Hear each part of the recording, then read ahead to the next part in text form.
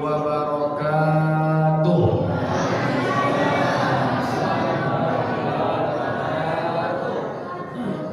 Kurang semangat. 32 hari lagi Bapak Ibu kita akan memasuki bulan suci Ramadan. Tapi jamaah Masjid Al-Furqan sepertinya kurang semangat. Mungkin berhubung suasana cuaca dingin. Untuk lebih semangatnya Bapak Ibu, kita akan berikan pantun. Boleh Pak? Boleh Bu? Elok nagari di penghulu, elok tapian di nan mudo, elok masaji di tuangku, elok rumah di pundukan tuangku. Ada pasandi syarat pasandi kitabullah, syarat mengatur ada memakai. Sungguh banyak kayu dirimu tampik basarang si burung malam. Sambutlah salam dari Yabo, salam kemuliaan kurang Islam. Assalamualaikum warahmatullahi wabarakatuh.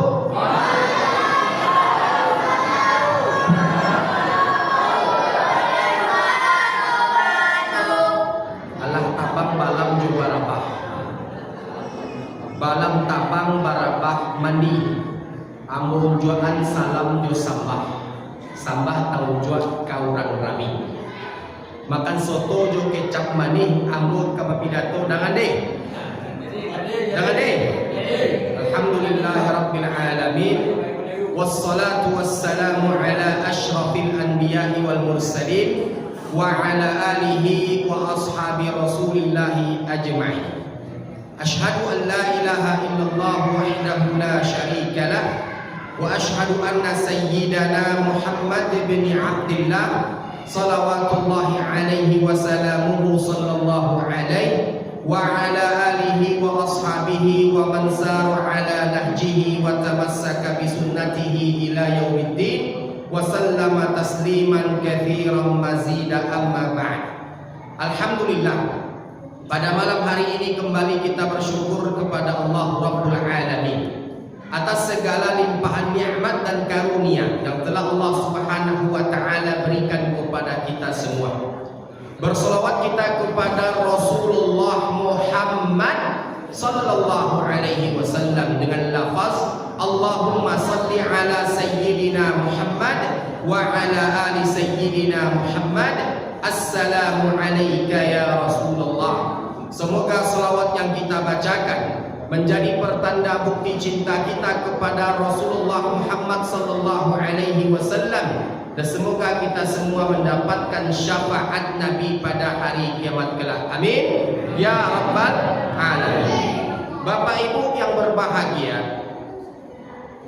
saya tidak akan berceramah tentang kisah peristiwa Isra Mi'raj yang selalu dari tahun ke tahun diceritakan oleh para dai ke jemaah.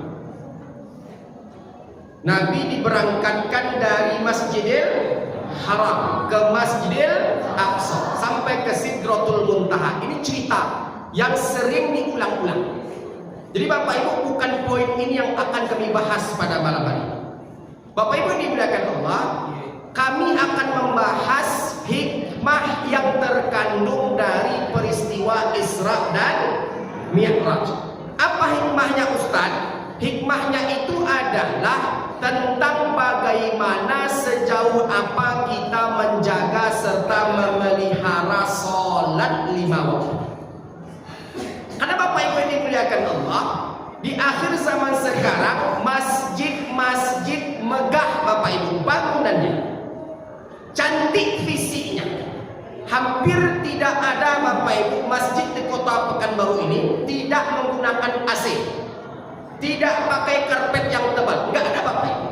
WC-nya cantik, airnya ada, karpetnya tebal, AC-nya dingin, imamnya suaranya merdu, tapi jamaahnya itu aja Pak. Jamaahnya itu aja Bu. Kalau kita belajar dengan sejarah orang-orang tua kita Pak, yang hidup di tahun 80-an, yang hidup di tahun 90-an, yang hidup di tahun 70-an, yang hidup di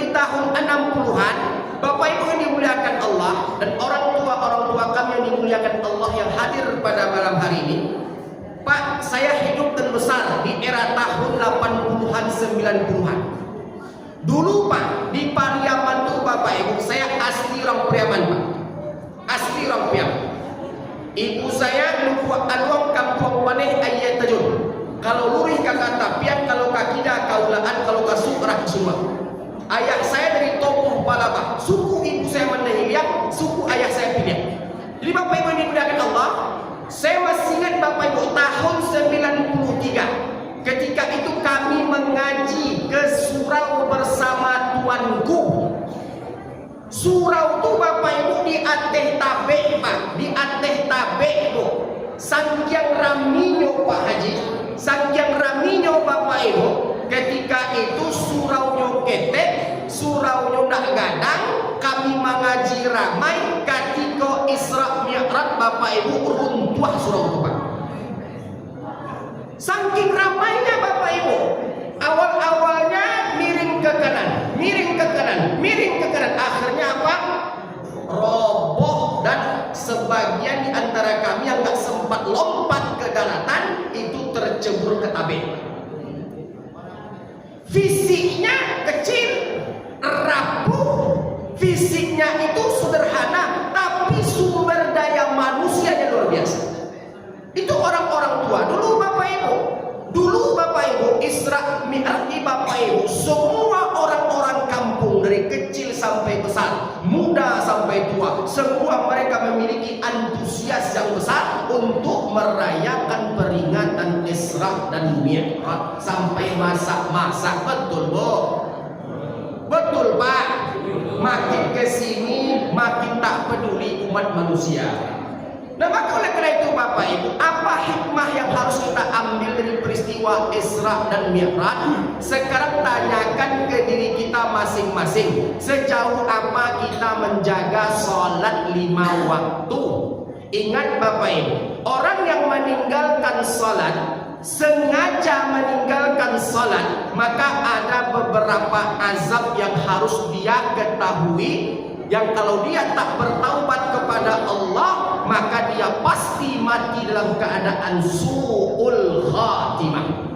Bapak Ibu, yang pertama, azab yang akan menimpa orang-orang yang meninggalkan sholat. Ketika sakaratul maut Bapak Ibu, orang yang meninggalkan sholat ketika sakaratul maut, sakit yang ia rasakan sama seperti sakitnya seseorang yang dimasukkan ke dalam mulutnya sebatang pipa yang dibalut dengan kawat baja yang tajam, dipaksa masuk sampai merobek pipa kerongkongan, dipaksa lagi masuk sampai mentok ke lambung, setelah mentok ditarik secara paksa keluar dengan satu kali hentakan Bapak Ibu. Kira-kira Pak, nyangkut-nyangkut nggak daging-daging yang ada pada kawat baja tersebut? Nah, begitulah lebih kurang sakitnya sakaratul maut orang yang meninggalkan sholat. Itu sabda Nabi Bapak Ibu yang terdapat pada hadits yang dibawakan oleh Imam Al-Hakim yang terdapat dalam Al-Mustadrak.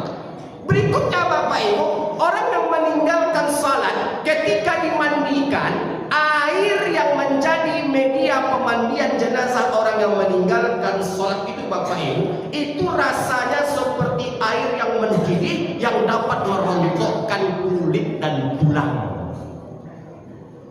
Berikutnya Bapak Ibu, ketika sakaratul maut tersiksa, dimandikan tersiksa, dimasukkan ke kubur Bapak Ibu, sebagaimana apa yang dijelaskan oleh Imam Al-Ghazali, orang yang meninggalkan sholat ketika dimasukkan ke kubur Bapak Ibu, kubur itu akan menghempit dirinya, kubur itu akan menjepit dirinya, yang sehingganya rusuk kanan menyilang ke kiri, rusuk kiri menyilang ke kanan. Dan Allah Tabaraka wa Ta'ala mengutus api yang berkobar-kobar yang membakar jasad orang yang meninggalkan sholat siang dan malam. Ditambah lagi Bapak Ibu, terdapat dalam sebuah hadis yang walau para ulama selisih akan kesahihannya, Bapak Ibu kita ambil faedahnya. Allah mengutus seekor ular yang bernama Syuja'ul Aqrab. Ular itu Pak tercipta dari besi yang tajam. Tercipta dari besi yang tajam. Taring ular itu panjang Bapak Ibu. Kukunya sepanjang 1 hari perjalanan. Matanya dari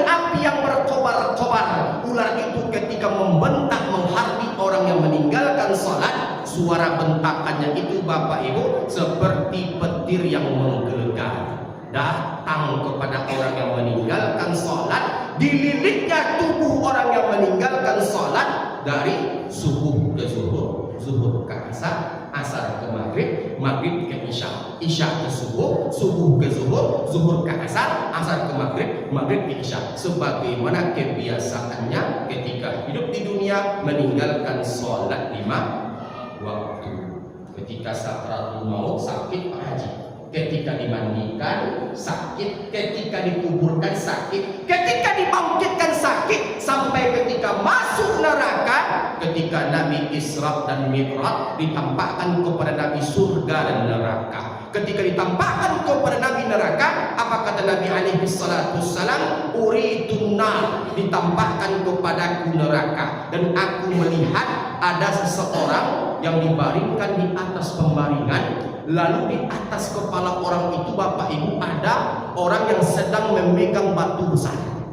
Lalu orang itu menjatuhkan batu itu ke atas kepala orang yang terbaring, yang menyebabkan kepalanya pecah menggelinding ke sana dan ke sini. Aku bertanya kepada Jibril alaihissalam, kenapa dia disiksa demikian? Maka Jibril menjawab, dia disiksa demikian dikarenakan meninggalkan sholat 5 waktu.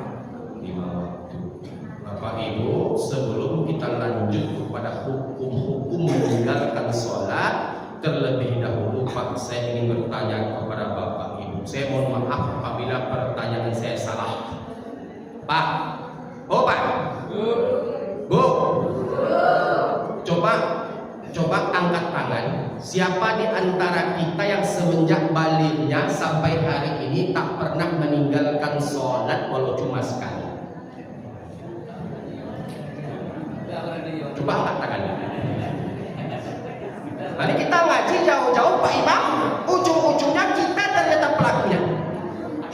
Nah, coba angkat tangan Pak. Semenjak balik, laki-laki umur 13, perempuan umur 11.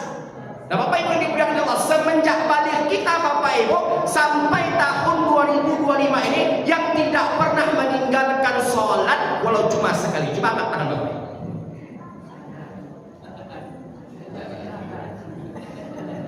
Kok diam Pak? Kok diam Bu? Oh Bu, kok diam Bu? Kok diam Pak? Nampaknya nih Pak, nampaknya nih Bu, kita semua pelakunya Pak, termasuk yang ceramah pada malam hari ini. Termasuk yang ceramah pada malam hari ini Bapak Ibu. Jadi oleh karenanya nanti di akhir tausiah sama-sama kita bertaubat kepada Allah. Bisa? Oke, insya Allah. Bapak Ibu dimuliakan Allah. Lanjut kita kepada hukum meninggalkan sholat. Sebelumnya Nabi bersabda dalam sebuah hadits yang sahih yang diriwayatkan oleh Imam Muslim dalam sahihnya, amal yang paling pertama dihisab dari seorang hamba adalah ketika baik sholatnya, baik seluruh amalnya. Buruk sholatnya, buruk seluruh amalnya. Betul? Sholat baik atau buruknya seorang hamba, kalau ukurnya Bapak Ibu, inna sholata tanha anil fahsya'i wal munkar. Yang berikutnya Bapak Ibu, Nabi bersabda dalam sebuah hadits yang sahih yang diriwayatkan oleh Imam Al-Bukhari dalam sahihnya, man tarakas sholata muta'ammidan faqad kafar. Barang siapa yang meninggalkan sholat dengan sengaja, maka dia telah kafir. Yang ngomong bukan saya Pak, mohon maaf, yang ngomong Nabi. Yang ngomong bukan saya Bu, yang ngomong Nabi. Man tarakas sholata muta'ammidan faqad kafar. Yang meninggalkan sholat dengan sengaja, maka dia telah kafir. Hatta Syekhul Islam Ibnu Taimiyah rahimahullah berkata dalam Majmu' Fatawa, orang yang meninggalkan sholat dengan sengaja perlu untuk disyahadatkan kembali. Kenapa bisa begitu Ustaz? Kita kutip hadits berikutnya. Mengerjakan sholat, melaksanakan sholat, melakukan sholat sama seperti mengokohkan agama. Meninggalkannya sama seperti meruntuhkan agama. agama. Bapak Ibu, supaya lebih paham, maka kami akan berikan contoh sederhana di hadapan kita pada malam hari ini. Bisa Pak? Bisa Bu? Ini supaya nggak ngantuk nih Pak Ketua, saya akan maju ke depan mentutorialkan apa maksud mengerjakan sholat mengokohkan agama, meninggalkannya meruntuhkan agama. Baik Bapak Ibu, kita akan membuat pertunjukan yang spektakuler. Kameranya mohon dikondisikan. Pak? Oh Pak? Nggak ngantuk Pak? Bu? Nggak ngantuk Bu? Oke, kita mulai. Berapa rukun Islam? Berapa rukun Islam? Yakin 5. Berapa rukun iman? Berapa rukun Islam? Rukun Islam ada 5. Bunyal Islamu ala khams. Syahadatu an la ilaha illallah wa anna Muhammadar Rasulullah. Betul? Wa tuqimas shalah. Betul? Wa tu'tiyaz zakah. Betul? Wa tasuma Ramadan. Betul? Wa tahujjal baita in istata'a ilaihi sabila. 5 pilar Islam, 5 rukun Islam. Kita anggap Bapak Ibu 5 jari ini rukun Islam. Paham sampai sini Pak? Paham sampai sini Bu? Kita anggap botol ini Pak agama Islam. Oke? Rukun Islam pertama syahadatain. Rukun Islam kedua menegakkan sholat. Rukun Islam ketiga menunaikan zakat. Rukun Islam keempat berpuasa di bulan Ramadan. Rukun Islam kelima haji ke Baitullah bagi yang mampu. Nah Bapak Ibu yang dimuliakan Allah, kita ambil contoh dari rukun Islam yang kelima. Kenapa tak pertama Ustaz? Kalau yang pertama gugur, kalau yang pertama batal, namanya murtad itu Pak. Kalau yang pertama rusak, syahadatain, maka nggak ada arti sholat, zakat, puasa, dan haji. Jadi kita ambil contoh yang kelima. Rukun Islam yang kelima apa tadi? Apa tadi Bu? Oke Pak.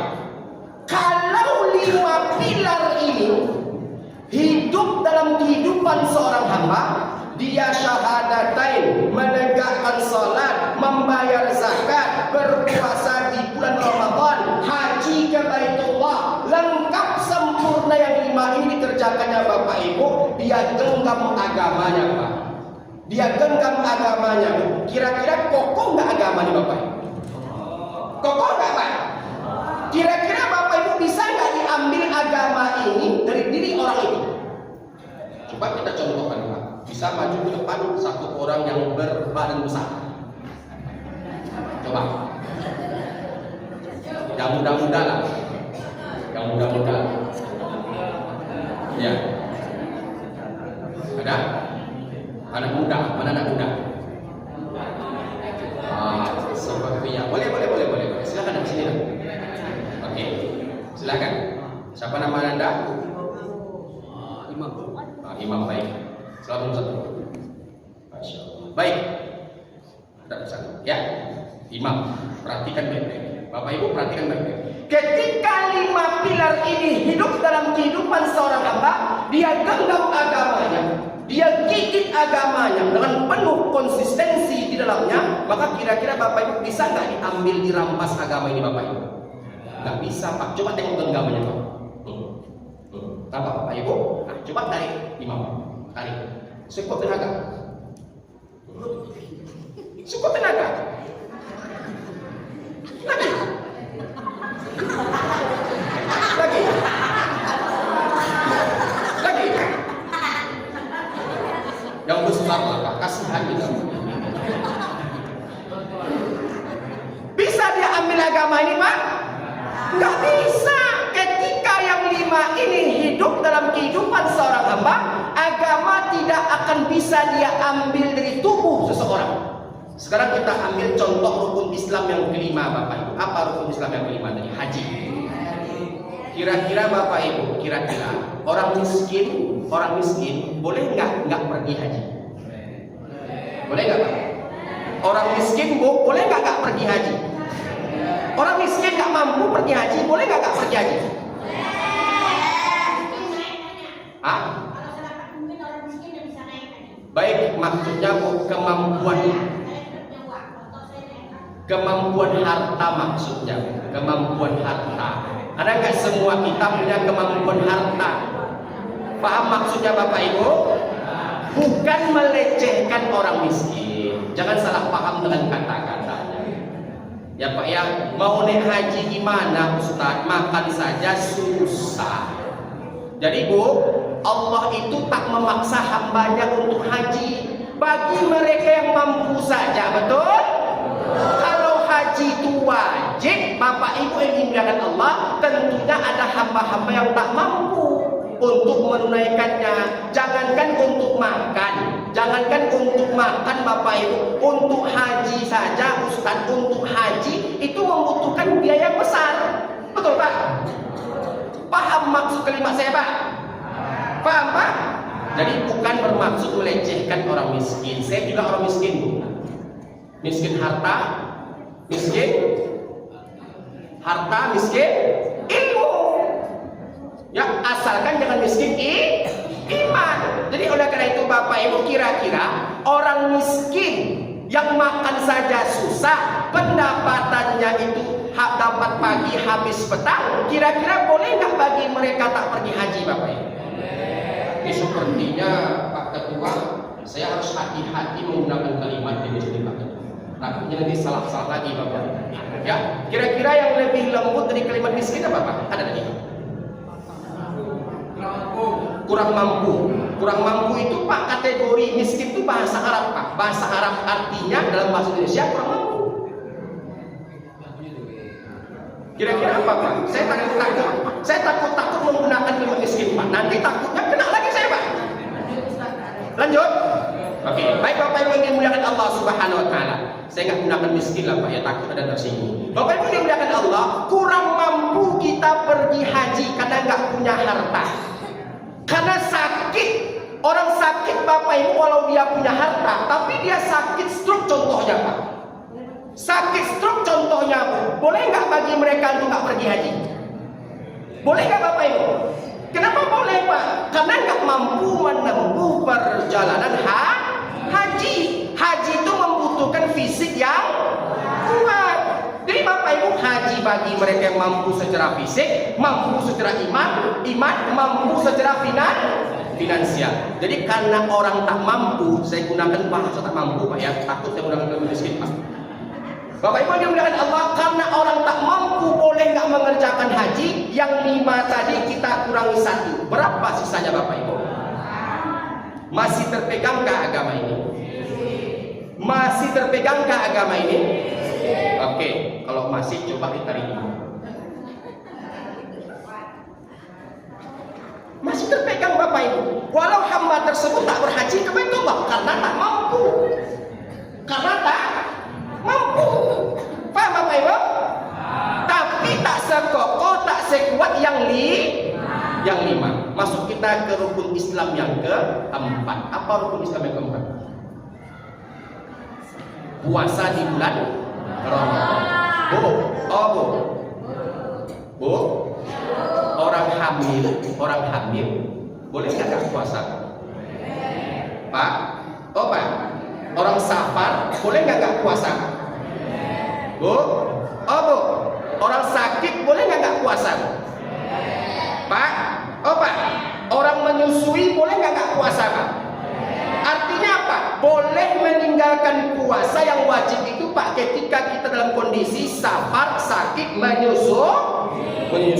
Yang tadi 4 kita kurangi 1 lagi Bapak Ibu. Berapa sisanya? 3. Oke, kurang 2, 3. Masih terpegangkah agama ini? Masih terpegangkah agama ini? Coba cari dulu. Udah mulai goyang Pak, udah mulai goyang.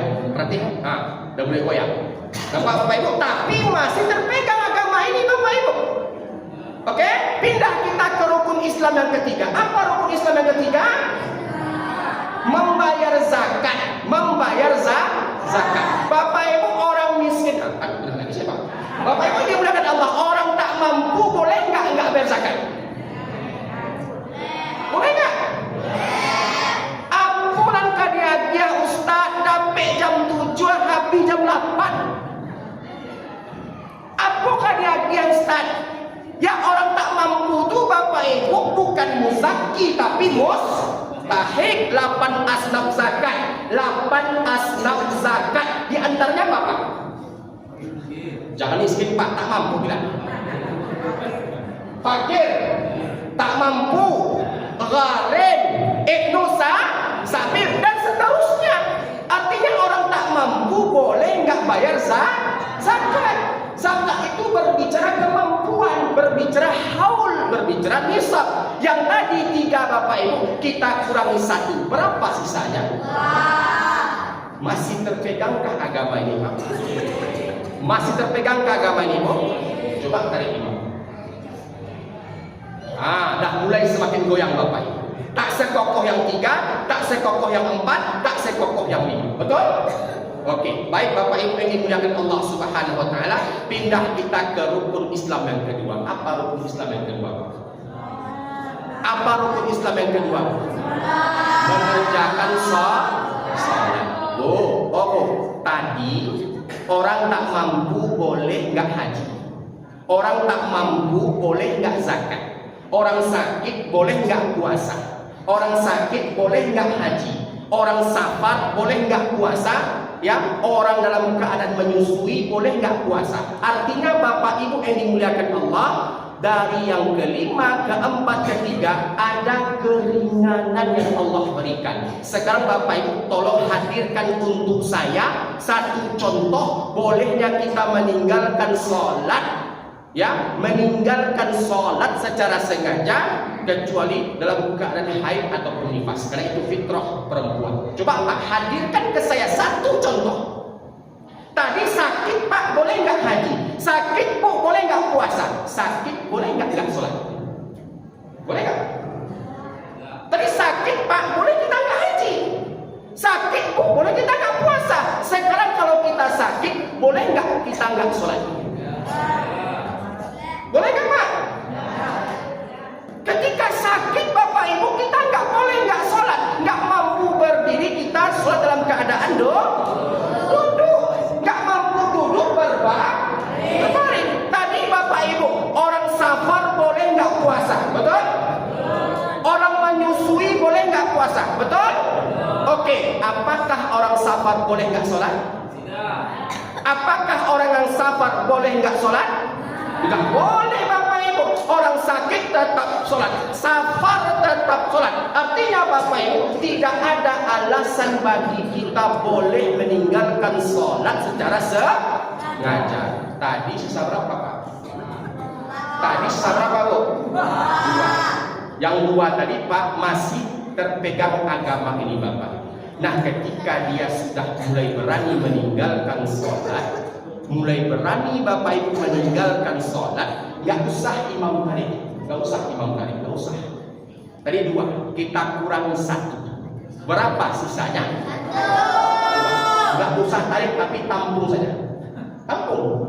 Kita kurangi 1. Ini 2 kan Bapak Ibu? Nah kita kurangi 1. Nampak teman? Jatuh agama ini Bapak. Sebagaimana jatuhnya keislaman seseorang. Jadi oleh karenanya Nabi bersabda, "Man tarakas sholata muta'ammidan faqad kafar." Barang siapa yang meninggalkan sholat dengan sengaja maka dia telah kafir. Jatuh kehormatannya, jatuh agamanya. Kalau tak bertaubat kepada Allah, neraka akan menunggunya kelak. Hati-hati Bapak Ibu. Berikan tepuk tangan untuk anak-anak. Baik Bapak Ibu yang dimuliakan Allah Subhanahu wa taala, itu tutorial, contoh sederhana yang harus kita ketahui maksud dari mengerjakan sholat, mengokohkan agama, meninggalkannya meruntuhkan agama. Baik Bapak Ibu yang dimuliakan Allah, saya pernah punya pengalaman Bapak Ibu. Boleh saya bercerita Pak? Boleh saya bercerita Bu? Jadi begini Bapak Ibu, ya, kalau boleh saya bercerita, saya minta dengarkan baik-baik dengan seksama. Saya Pak, terus terang, saya pribadi, alhamdulillah Allah masih berikan kemudahan untuk membantu orang lain dalam hal mentalkinkan memandikan, mengkafankan, menyolatkan, menguburkan. Sampai hari ini Pak, dari tahun 2009 sampai tahun 2020. Bapak Ibu, saya bukan menakut-nakuti, bukan menakut-nakuti. Bapak Ibu yang dimuliakan Allah Subhanahu wa taala, sepanjang pengalaman kami memandikan orang-orang yang kami mandikan Bapak Ibu, rata-rata kami dapatkan banyak masalah pada jenazah yang meninggalkan sholat. Bapak Ibu yang dimuliakan Allah Subhanahu wa taala, satu contoh nyata di antara contoh-contoh yang ada, dan contoh ini paling mengerikan dan tidak akan pernah bisa kami lupakan sepanjang hidup kami Bapak Ibu. Bapak Ibu, saya pernah punya pengalaman. Pengalamannya mengerikan. Sebelumnya saya bersumpah demi Allah, cerita ini bukan cerita kisah film Indosiar, bukan cerita saya karang-karang, bukan cerita saya rekayasa. Cerita ini Bapak Ibu ada tersimpan buktinya di HP saya. Saksinya masih hidup, tinggal di kota Pekanbaru. Namun Bapak Ibu tak dapat kami sebutkan siapa orangnya, berhubung ini privasi. Kita tidak menggibah orang yang telah meninggal dunia, tapi kita mengambil ibrah yang terkandung di dalamnya Bapak Ibu. Pak, ada orang kampung saya Pak, sama-sama orang Priaman. Orang Priaman ini Bapak Ibu baik-baik, sore-sore insya Allah. Kita berbicara oknum Bapak Ibu. Jadi orang kampung saya ini Bapak Ibu, dia panggil saya tuan. Ada Pak, saya mentalkin orang kampung saya yang tinggal di kota Pekanbaru ini Bapak Ibu. Ya. Dia tinggal di kota Pekanbaru. Dia sakaratul maut Bapak Ibu dari Januari sampai April 2024 kemarin kejadiannya. April sampai dari Januari sampai April 2024 kemarin Bapak Ibu. Kejadiannya masih baru, masih hangat dalam ingatan kami Bapak Ibu, dan kami tak akan pernah bisa melupakannya. Pak, saya mentalkinkan orang itu Pak dari Januari sampai April 2024. Januari, Februari, Maret, April Pak. 4 bulan kami mentalkinkan orang tersebut tak mati-mati. Tak mati-mati kok, hampir tiap hari kami mentalkinkannya Bapak Ibu. Ketika saya bimbingkan talkin ke telinganya awal Januari 2024, la ilaha illallah, bukannya mengikuti ucapan saya, yang bersangkutan meludahi saya, mencarut-caruti saya. Ludahnya kadang Pak menempel di kening, menempel di peci, menempel di rambut. Hampir tiap hari menjadi makanan kami Bapak Ibu. Januari, Februari, Maret, April Bapak Ibu dimuliakan Allah. Nah, terakhir Bapak Ibu ketika kami mentalkinkannya Bapak Ibu dimuliakan Allah Subhanahu wa taala, kami mentalkinkannya itu sampai dengan bulan April, itu hari Rabu pekan keempat jam 11 malam, dan dia tidak mati-mati Bapak Ibu. Yang namanya orang kampung kan Pak, kalau sakaratul maut lama kan Pak, itu kan atap dibuka Pak. Iya Bu, lantai dibuka. Sebenarnya Bapak Ibu nggak ada hubungan atap yang dibuka, lantai yang dibuka, nggak ada hubungan. Yang namanya kematian itu milik Allah Subhanahu wa taala. Sudah dibuka atap, dibuka lantai, orangnya tak mati-mati. Terakhir Bapak Ibu hari Rabu pekan keempat bulan April, kami talkinkan sampai pukul 23.00, tak mati-mati. Pulang kami ke rumah pukul 3 dini hari, anak-anaknya menelpon saya, Assalamualaikum tuanku. Waalaikumsalam. Aku tuh ayahlah dulu tuanku. Tuanku bisa ke rumah di tolong mandikan jenazah ayah. Adi kata saya Bapak. Ngerti bahasa Minang Adi? Perlu kami terjemahkan Bapak Ibu. Ini untuk menjaga naskah keaslian cerita Bapak Ibu, supaya nggak tertambah nggak terkurangi. Datanglah saya Bapak Ibu yang dimuliakan Allah ke rumah duka. Saya mandikan Bapak Ibu. Jam 8 saya mandikan jenazah, dibantu 2 orang ustadz, orang Batak, Marga Nasution.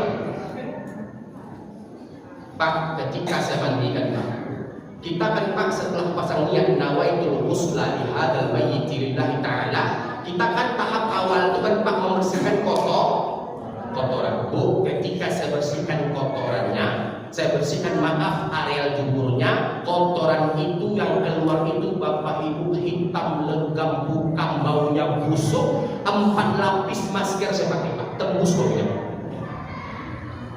Yang lebih hebatnya lagi Bapak Ibu, yang mencengangkannya Bapak Ibu, semakin kotoran itu dibersihkan, semakin banyak yang keluar. Dan Bapak Ibu yang dimuliakan Allah, kotoran itu bukan hanya keluar dari lubang kuburnya, tapi juga keluar dari lubang telinga, hidung, dan mulut. Awalnya Pak saya mengira, oh ini sepertinya mungkin ada pecah pembuluh darah, mengering, lalu membentuk seperti kotoran. Nah Bapak Ibu dimuliakan Allah, ketika kami korek-korek telinganya Pak, ketika memandikan jenazah Bapak Ibu dimuliakan Allah, setelah membersihkan kotoran, ternyata itu kotoran Bapak Ibu.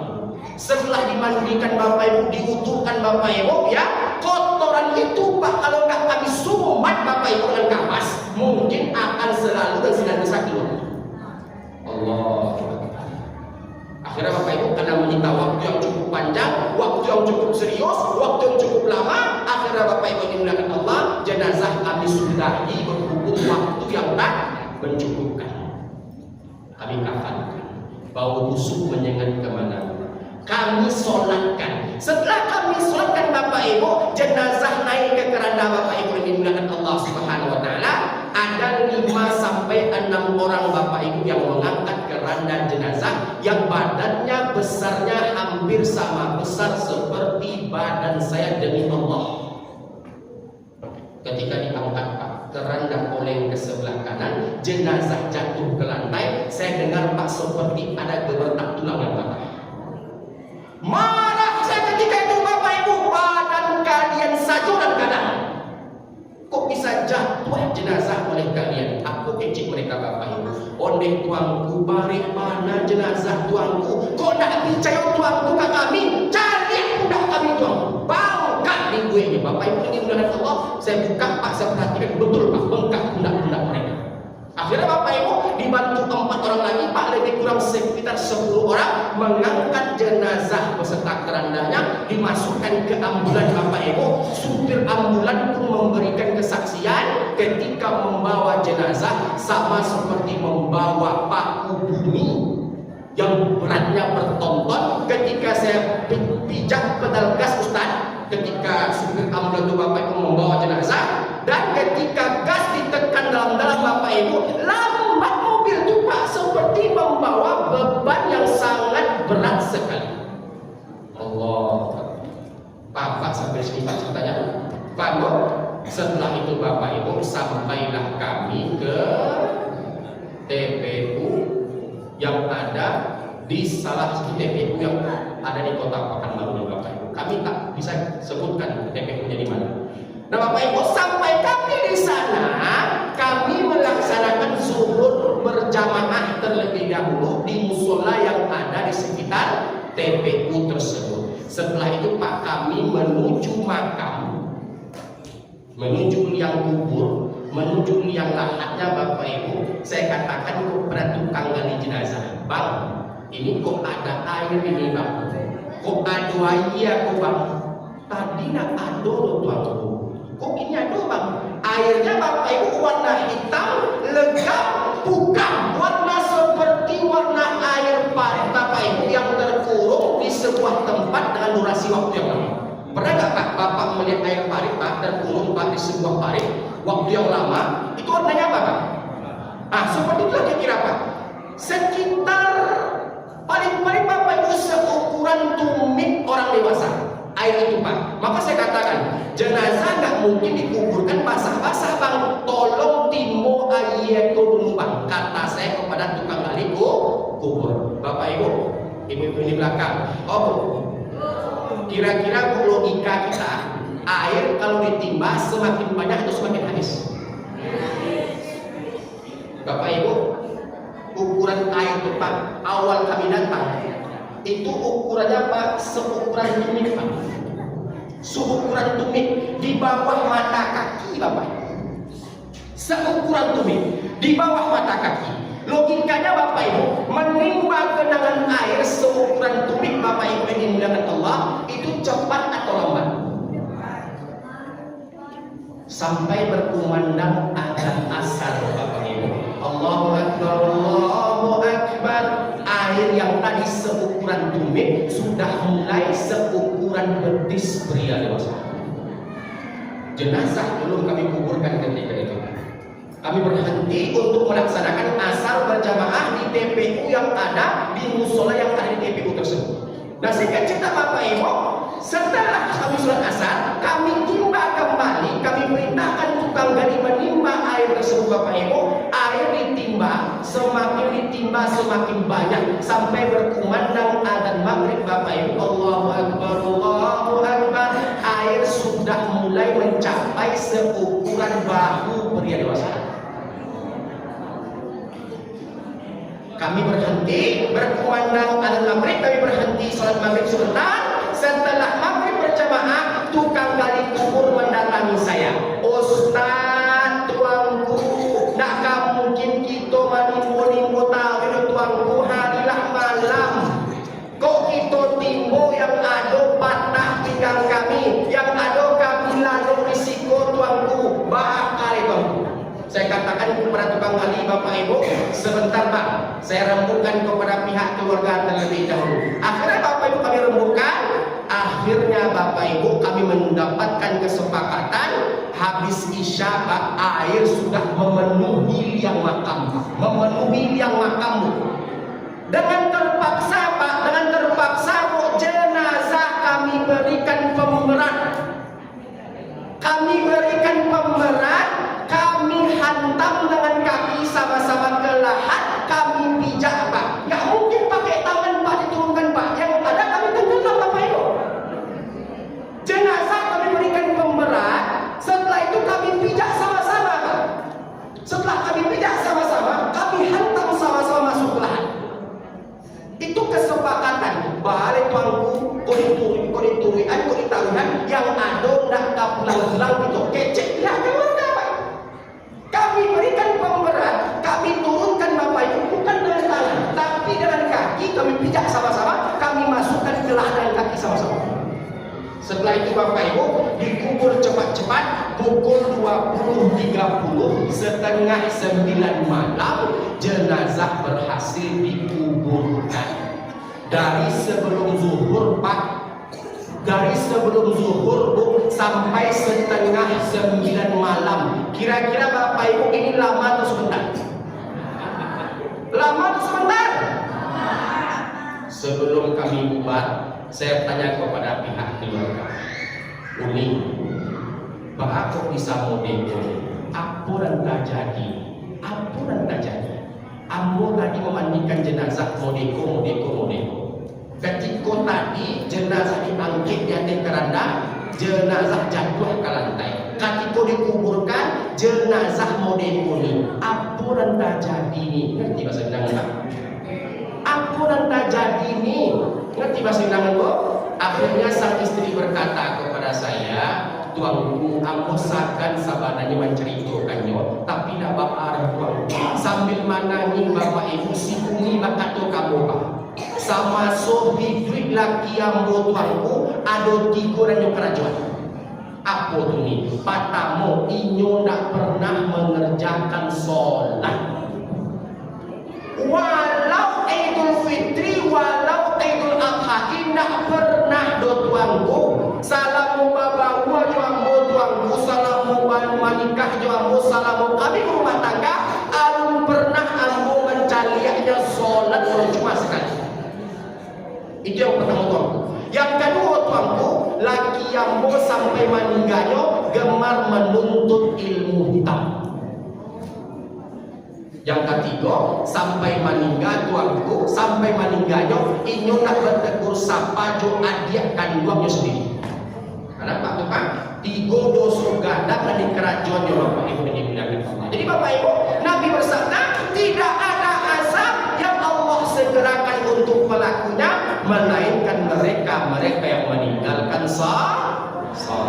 Ketika sakaratul maut, ketika dimandikan, dimasukkan ke kubur, yaumul mahsyar, dan di pada hari kiamat orang-orang yang meninggalkan salat akan tersiksa. Maka pertanyaannya, kesimpulan yang dapat kita kita tarik pada malam hari ini adalah, masih beranikah kita meninggalkan sholat? Masih beranikah kita meninggalkan sholat? Nah, kalau kita nggak berani meninggalkan sholat untuk pada masa-masa yang akan datang, mari kita berjanji kepada Allah pada malam hari ini, Bapak Ibu ini muliakan Allah, yang kita pernah meninggalkan sholat, kita pernah meninggalkannya dengan sengaja, kita pernah meninggalkan subuh, zuhur, asar, maghrib, isya dengan sengaja, maka oleh karenanya kalau mampu kita kobok, Pak. Kalau mampu kita ganti, Bu. Berapa jumlah rakaat yang ada pada sholat 5 waktu yang ada dalam satu hari? 17. Pintar. 17 ya Bu ya. Nah, berapa hari yang ada dalam setahun, Bu? Berapa, Bu? Pak, berapa hari yang ada dalam satu tahun? 365. 17 kali 365. Berapa rakaat tuh, Bu? Kalau kita meninggalkan sholat selama satu tahun, coba kalikan deh, anak-anak. 365 kali 17. Coba kalikan.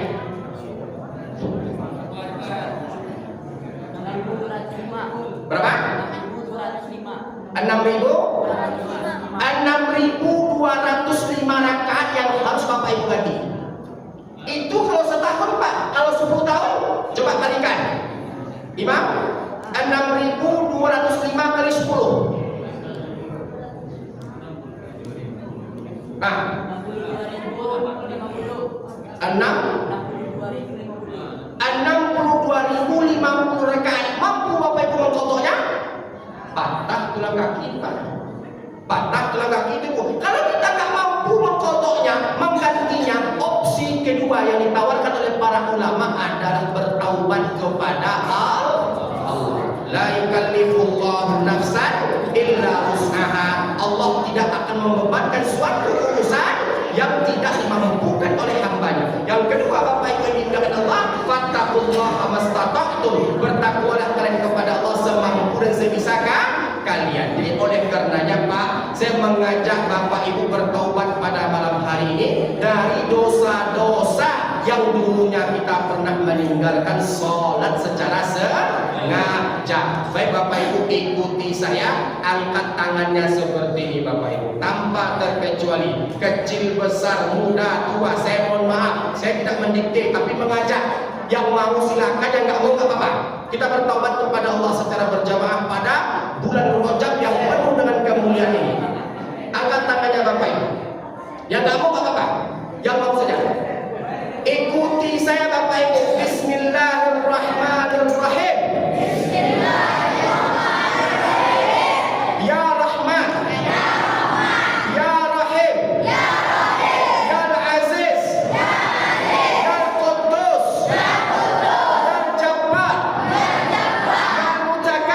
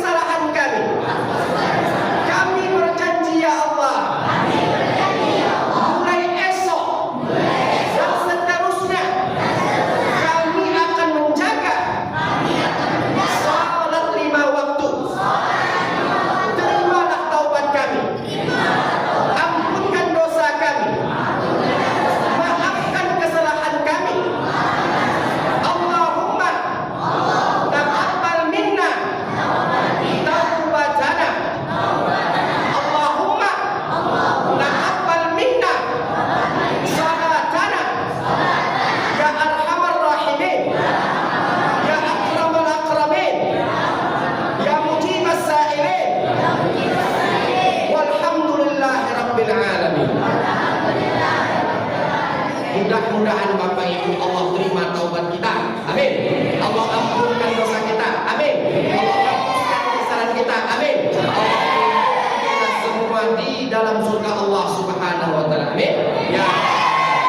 Nah, itulah hikmah dari peristiwa Isra dan Mi'raj yang harus kita ambil, yaitu apa? Jaga, pelihara sholat kita. Semakin kita perbaiki sholat kita, semakin Allah menjaga kita dunia dan akhirat. Fahtabiru ya ulil absar la'allakum turhamun. A'udzu billahi minasyaitonir rajim. Bismillahirrahmanirrahim. Alhamdulillahirabbil alamin. Wassalatu wassalamu ala asyrafil anbiya'i wal mursalin wa ala alihi wa ashabi Rasulillah ajma'in. Ya Allah, ampunkanlah dosa-dosa jamaah Masjid Al-Furqan ya Allah, yang dulu kami pernah meninggalkan sholat ya Allah, sengaja, sadar atau tidak sadar. Ya Allah, kepada Engkaulah kami kembali ya Allah. Hanya kepada Engkaulah kami menyembah, dan hanya kepada Engkaulah kami meminta dan memohon pertolongan ya Rahman. Allahumma ajirna minan nar, Allahumma ajirna minan nar, Allahumma ajirna minan nar, Allahumma hawwin alaina fi sakaratil maut wan najata minan nar wal afwa 'inda al-hisab. Allahumma rzuqna husnal khatimah. Rabbana zalamna anfusana wa illam taghfir lana wa tarhamna